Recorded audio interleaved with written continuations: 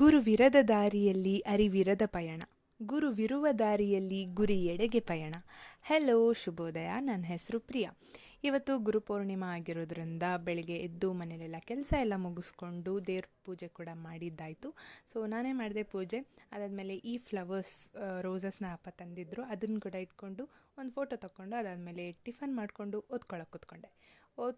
ಒಂದೇ ಒಂದು ಮಾಡ್ಯೂಲ್ನ ಮುಗಿಸಿದ್ದೆ. ಸೊ ಇನ್ನು 4 ಮಾಡ್ಯೂಲ್ಸ್ ಇತ್ತು. ಹಾಗಾಗಿ ಇವಾಗ 2 ಮಾಡ್ಯೂಲ್ಸ್ ಮುಗಿಸಿ ಸಾಯಂಕಾಲ 2 ಮಾಡ್ಯೂಲ್ಸ್ ಮುಗಿಸೋಣ ಅಂತ ಹೇಳಿ 2 ಮಾಡ್ಯೂಲ್ಸ್ನ ಮುಗಿಸ್ಬಿಟ್ಟೆ.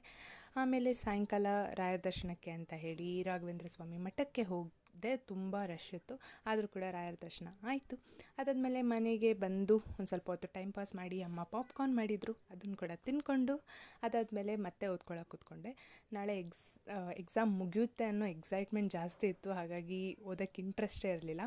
ಸೊ ಆದ್ರೂ ಇನ್ನೂ 2 ಮಾಡ್ಯೂಲ್ಸ್ ಅಲ್ಲ ಅಂತ ಹೇಳಿ ಓದ್ಕೊಂಡೆ. ರಿವೈಸ್ ಮಾಡೋಕ್ಕೆ ಇಂಟ್ರೆಸ್ಟ್ ಇರಲಿಲ್ಲ. ಸೊ ಏನೋ ಜನರಲಾಗಿ ಬರೆದ್ರೆ ಆಯಿತು ಅಂತ ಹೇಳಿ ಓದ್ಕೊಳೋನ್ನೆಲ್ಲ ಕಂಪ್ಲೀಟ್ ಮಾಡಿ ಊಟದ ಮಾಡಿಕೊಂಡು ಮಲ್ಕೊಂಡೆ ಅಷ್ಟೇ. ಬಾಯ್.